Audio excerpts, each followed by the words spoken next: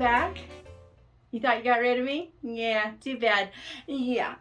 Okay, so I think it's actually the 13th that I'm filming this. It's Sunday. It's going to go up tomorrow. But I wanted to do like the first 10-ish days. I think we're actually more like the first 11-ish days of finished books. But it's close enough, right? It's close enough. Because that last one was so long. And I'm just like, I don't think I want it. Did not have time to get this room cooled off at all because dinner's in the oven. So we're going to start fast. I'm in the middle of 2 right now. I just kind of love static electricity. I just got started on this one last night. The opening, guys. The opening. If the rest of this book is as good as these first 5 chapters, we're set. So far, Gentlemen in Moscow, I love the writing style. I love the opening. The opening was beautiful. It was truly, truly beautiful. So there's that, and we'll see how that goes. But if the rest, I like the guy's character. I like kind of the reference to like Count of Monte Cristo and Robinson Crusoe and all these different people who had some sort of isolation and their purpose in it and what they thought they were doing, and then how he's going to take his isolation, and we'll see how that goes. But so far, yeah. And then I also started this one last night, or was it the night before? One of the two. Saving Grayson by Chris Fabry. I'll be talking to him on the podcast soon, so I thought I would start it. And of course, I don't have my glasses. I don't know if I can read this. Yeah, I can. So I'm going to read it. If this line is indicative of the rest of this book, and so far this book is both, this is like the dementia form of Mrs. Kip in my brain, anyway. Oh, goodness. But he's talking to his wife. He's a writer. He's talking to his wife, and she's trying to encourage him, but, you know, he has dementia. And it is his point of view. It's the dementia person's point of view, which I love, because that's got to be tough to write, and so far he's doing a great job. But he says, words are flashlights. They help me take another step in the dark. And oh, do I understand him? Yes, because yes. So far they're both shaping up to be 5-star reads for me, but I'm only 5 chapters into each, so you know, stuff could change. And then one more book that I'm in the middle of right now. It's actually the second book in a series. The first one it's by Melissa Chapin, and the first one was Murder Goes Solo, I think, something musical solo.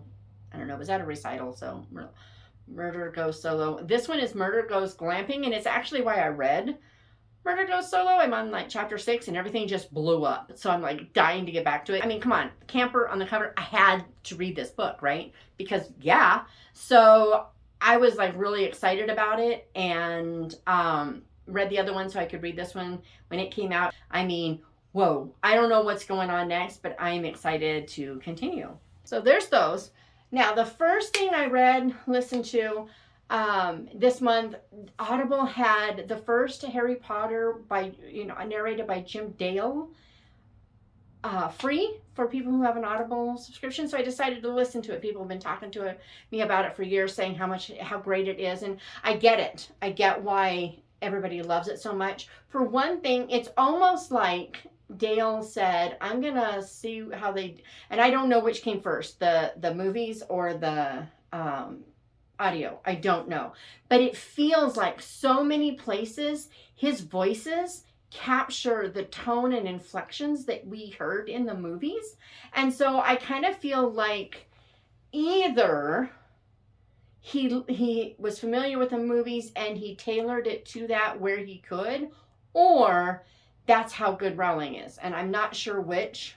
And yes, I say both Rowling and Rowling. I do it now and then so that at least once in a while I get the pronunciation right, because reasons. So yeah, so Harry Potter and the Sorcerer's Stone.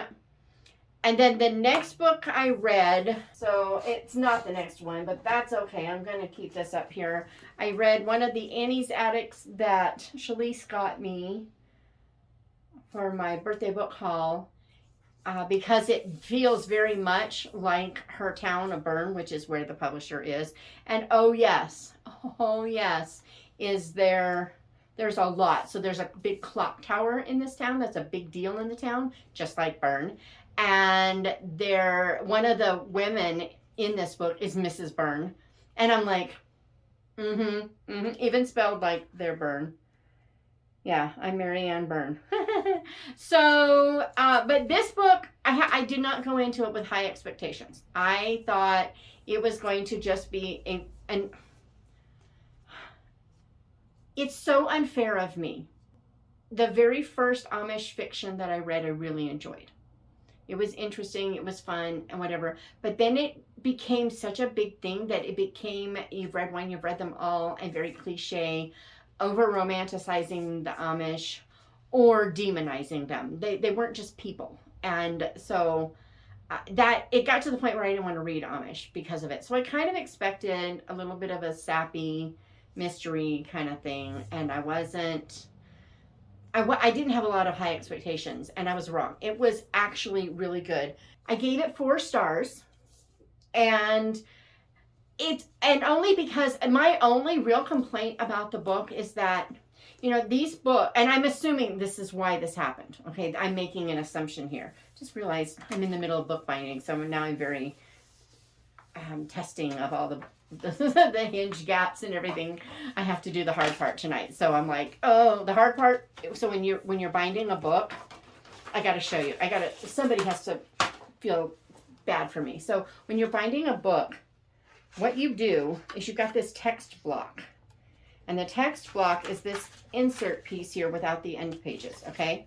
And the end pages have to be glued to the text block here, and then glued to the cover piece, which is this whole thing back here.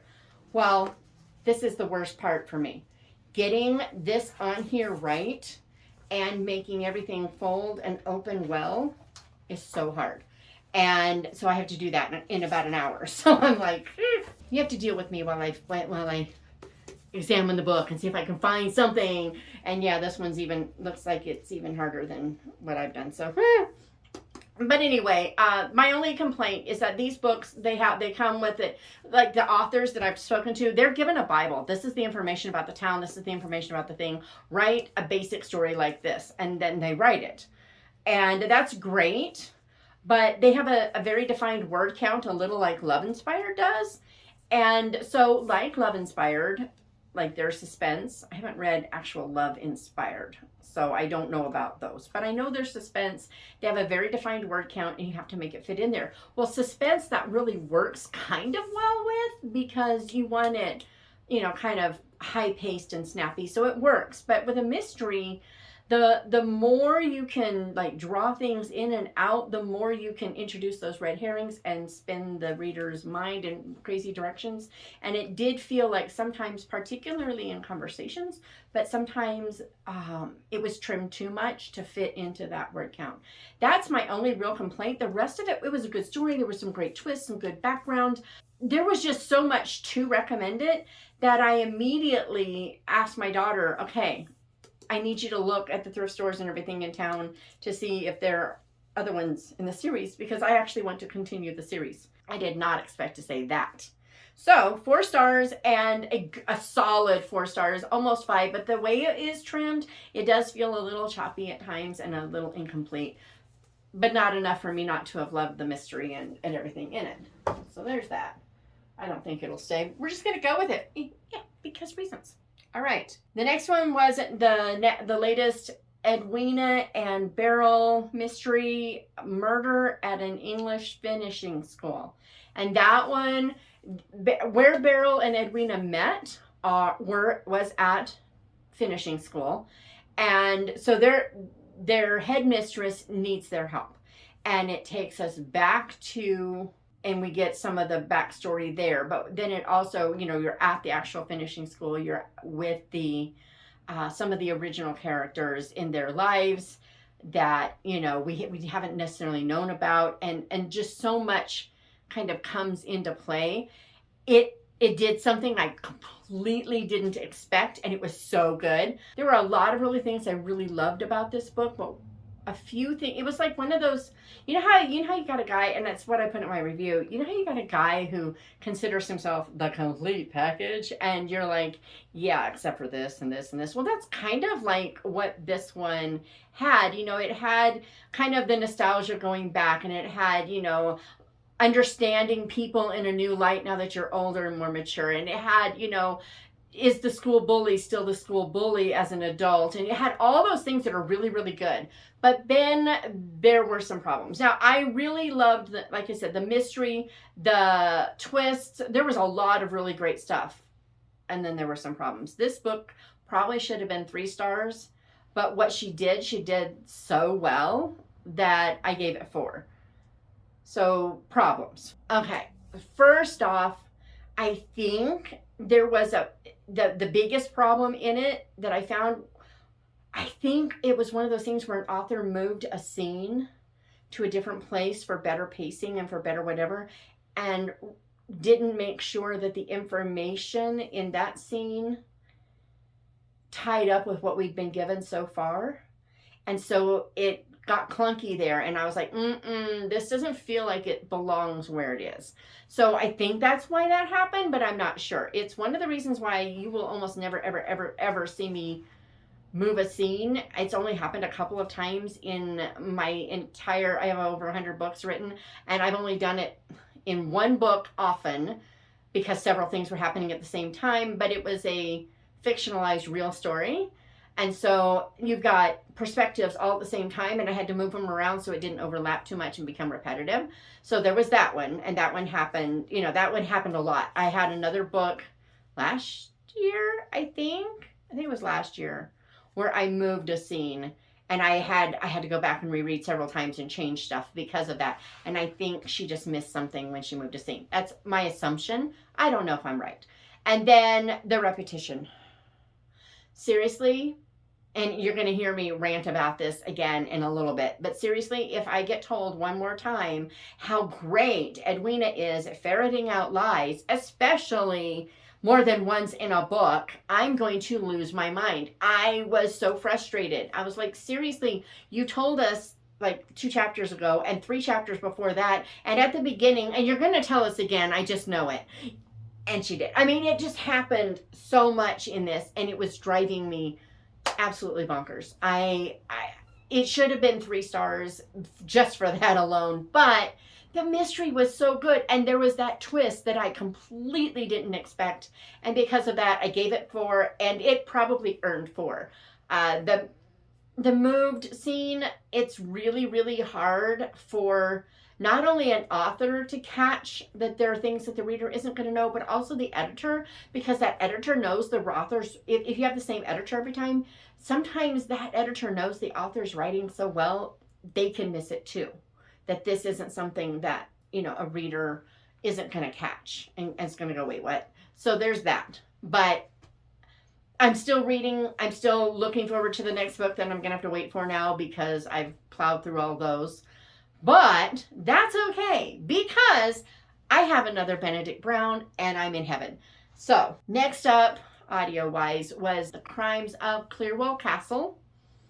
I need a drink because heat, camel, desert. Sorry about that, but heat, camel, desert. Anywho, I should say desert, heat, camel, but this is Shatona. Anywho, so The Crimes at Clearwell Crimes of Clearwell Castle is another Benedict Brown, Lord Edgington, and someday I need to just do a video on those books and what I love about each one and everything. But what I love about the series on this one is that it's intentionally slightly, just a little bit ludicrous, deliberately. I think I said intentionally. So now I've been repetitive, just like, yeah, because yeah, but I would edit it out in a book. I'm just saying. But anyway, so this series has a 17-year-old, in the beginning I think he's 16, but a 17-year-old protagonist who is the point of view character. And he is going along for the ride with his ex-Scotland Yard inspector grandfather. who is a genius, and he's well renowned for it. He's a little over the top, okay? Lord Edgington is a little over the top, but I'm starting to think I see why.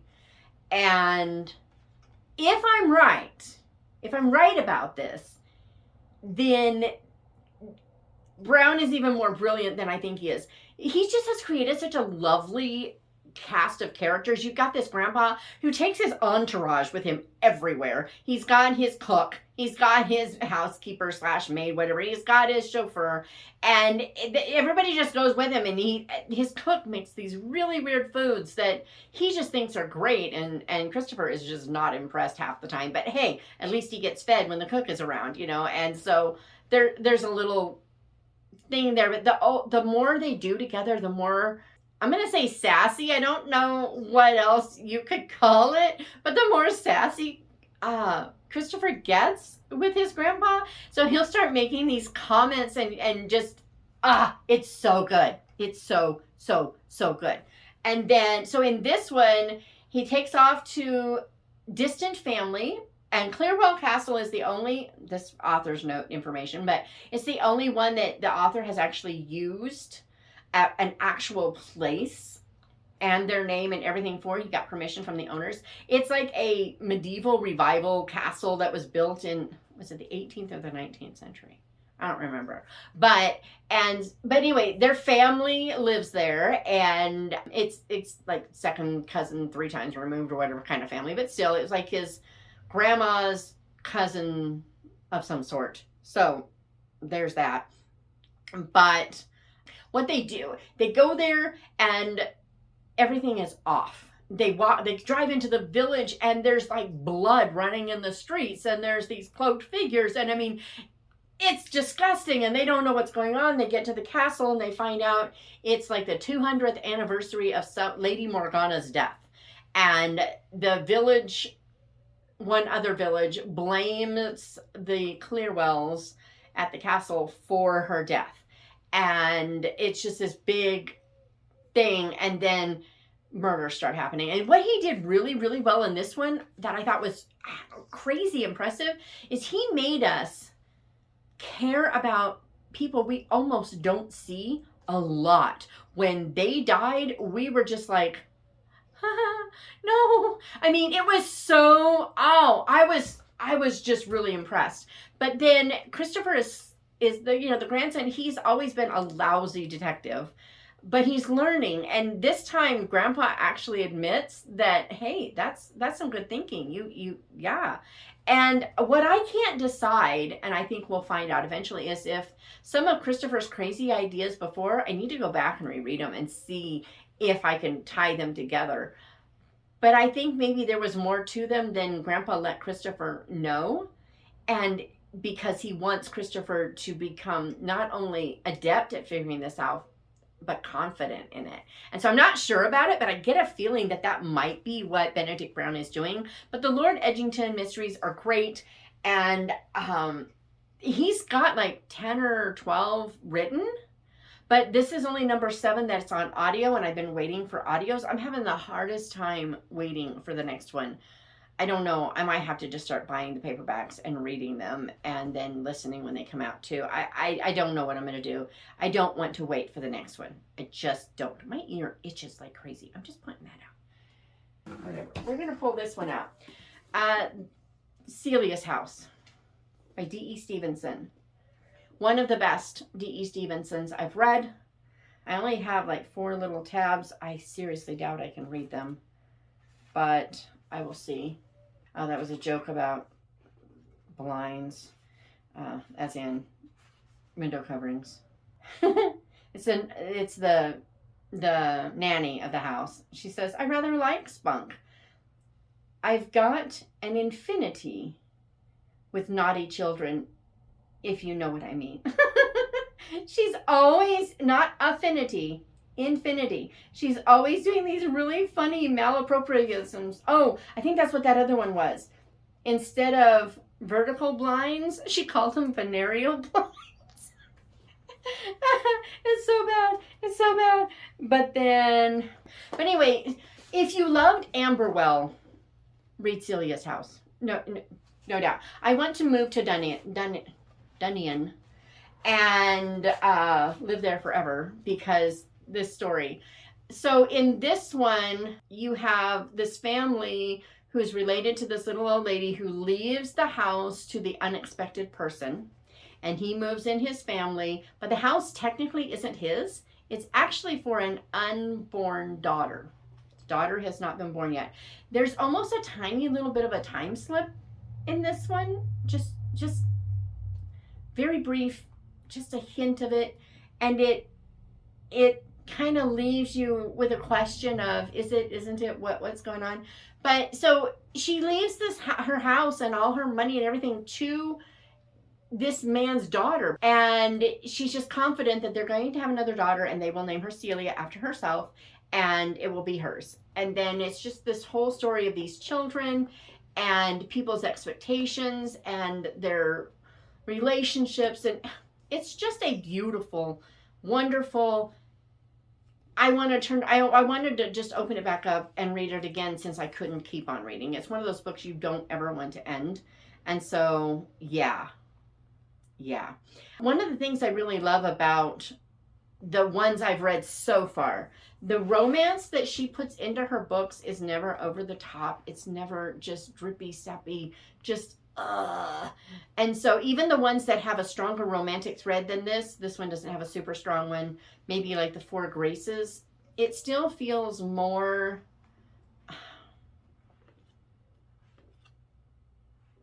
it's just not overdone. It's just, I love it so much.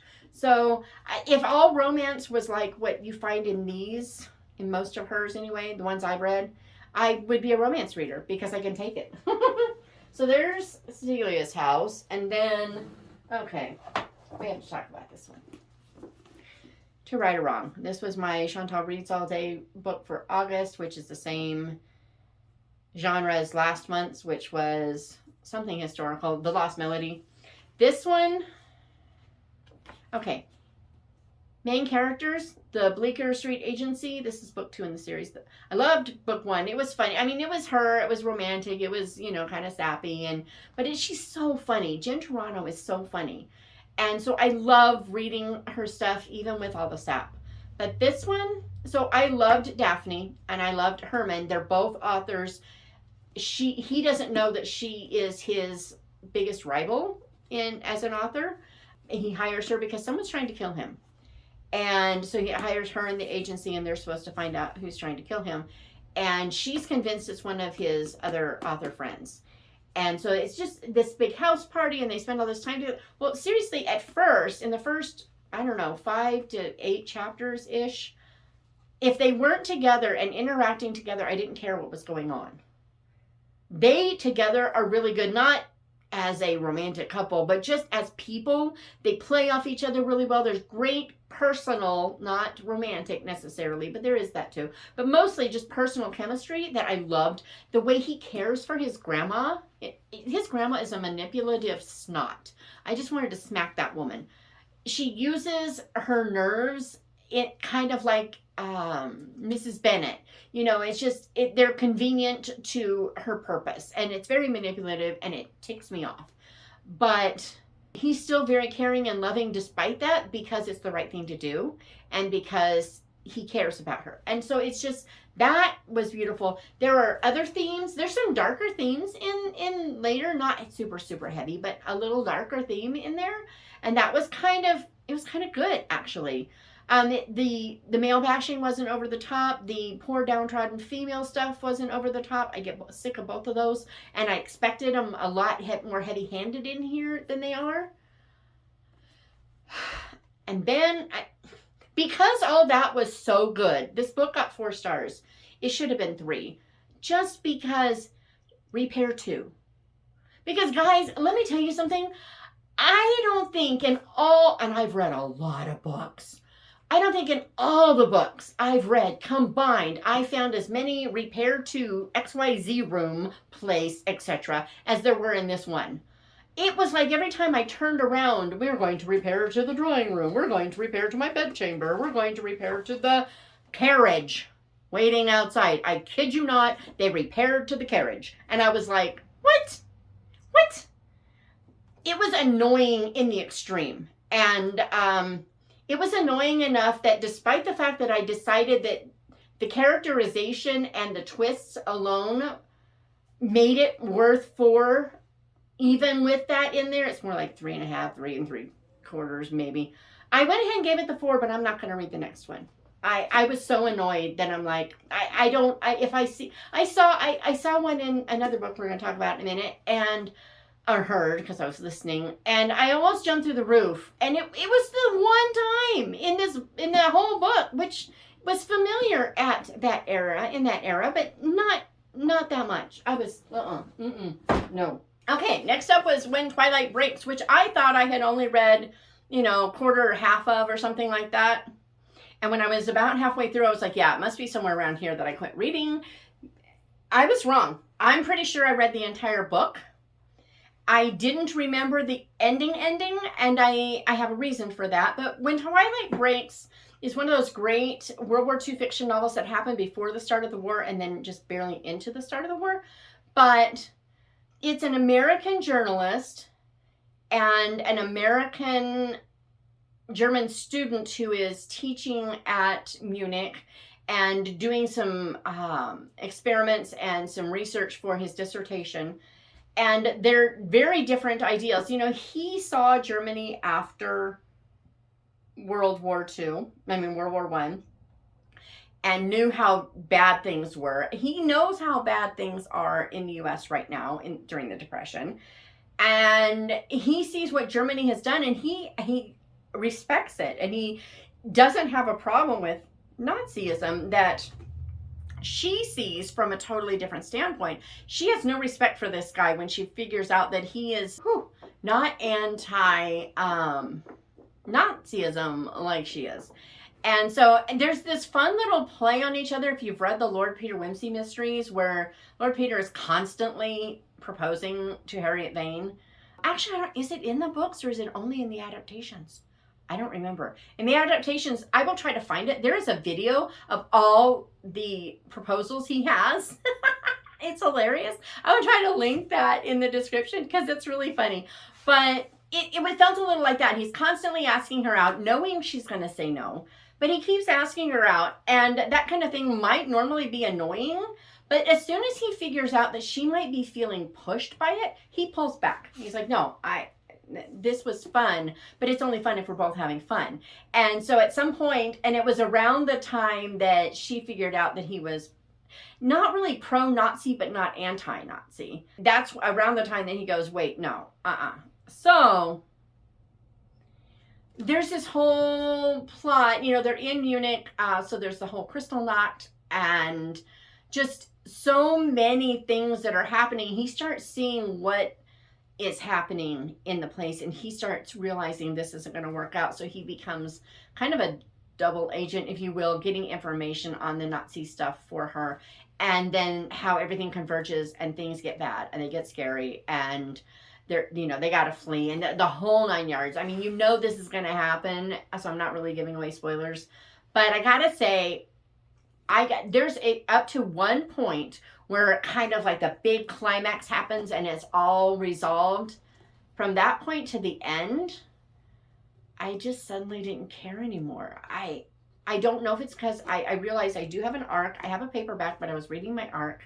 It's entirely possible that the ending is slightly different in the finished one. I'm not sure. I doubt it, because arcs usually are just, there are a few things. I noticed a couple of places where I was like, yeah, this had to have gotten changed because there's no shift here or whatever. But for the most part, up to that point, I was engrossed and I was really loving it.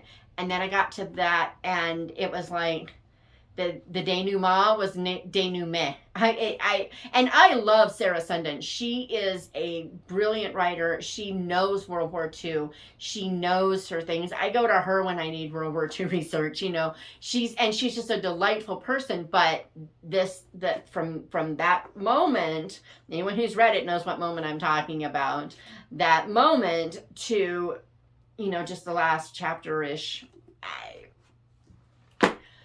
Yeah, it just had nothing. So I gave it 4 stars. It's probably closer to 4.5, but that was such a kind of bummer that I was like, yeah, no. So there was that. And then this one, Clockwork Sparrow, The Mystery of the Clockwork Sparrow by Catherine Woodfine. This is the first of a series. I have them. I don't know if they've been done anywhere else, but I have them from Kane Miller, which is an imprint for Usborne. But I absolutely loved this. This is the kind of mystery that when I ran across them as a kid, I devoured it, and I read the same one over and over and over and over and over, because too often kid mysteries, this is probably middle grade, but too often they kind of insult kids' intelligence and make it a little too obvious, if you will. This is when you have to figure out. I mean, I'm good at figuring out mysteries, and I figured out stuff in here that I didn't believe I was right about. I had figured it out, but there were so many layers and so many twists that were still easy to follow. And I think part of why they are easy to follow is that when it's super important, they have illustrations to really drive home something. And so it is helpful for a kid who's not accustomed to reading, you know, as many mysteries as I have. But I think that's probably a lot of what helped. But it was really, really good. It has, so the main character, Sophie, her dad died, her mom's been dead, her dad died, left her with nothing. She doesn't understand why, but she has to go out to work. She's 14. Very Sarah Crew feeling in that respect, especially since she ends up in a boarding house where the woman who runs it doesn't really like her and isn't afraid to show it. And then she gets accused of being involved in this theft of all the jewels that were on display at this big old department store. And I mean, what idiot decides, oh, I'm going to have a display of all my treasures in my department store for people to come look at, and we'll just put a regular little lock on the door and then not use it. I mean, that wasn't very brilliant, but on the other hand, I've read about that kind of thing at the time. So there's that. But the reason that someone stole this stuff was really cool. And so that means that who is behind it is really interesting. And I think it's setting up a series of mysteries involving that bad guy. So we shall see, because yes, people get caught and everything, but there is still a bad guy on the loose. So I'm excited to continue it. I think it was incredibly well done. It respects children's intelligence, and because it does, it was good for me, and I didn't feel like I was reading a middle grade mystery. I felt like I was just reading a mystery. So there's that. Yeah, I've got one more that it was a reread, but I was talking to Liz Johnson about her Summer in the Spotlight, which just released, and she sent me one, so I got my copy finally, so I'm going to read it.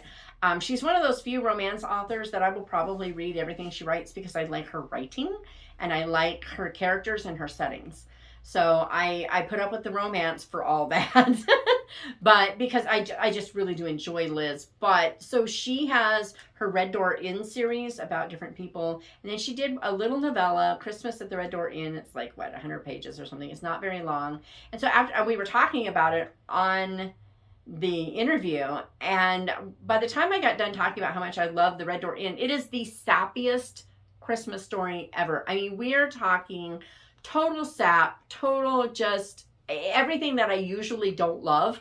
I love it in this one so much. I just absolutely adore it. So Christmas at the Red Door Inn, I just sat down and reread it, because reread it. And it was so great. Just a fun reread, especially in the middle of the heat, and in the book it's a blizzard, and so I cranked up my AC and I was just sitting in here trying to get cold. Didn't really happen, but it was close, and just enjoying this really sweet story.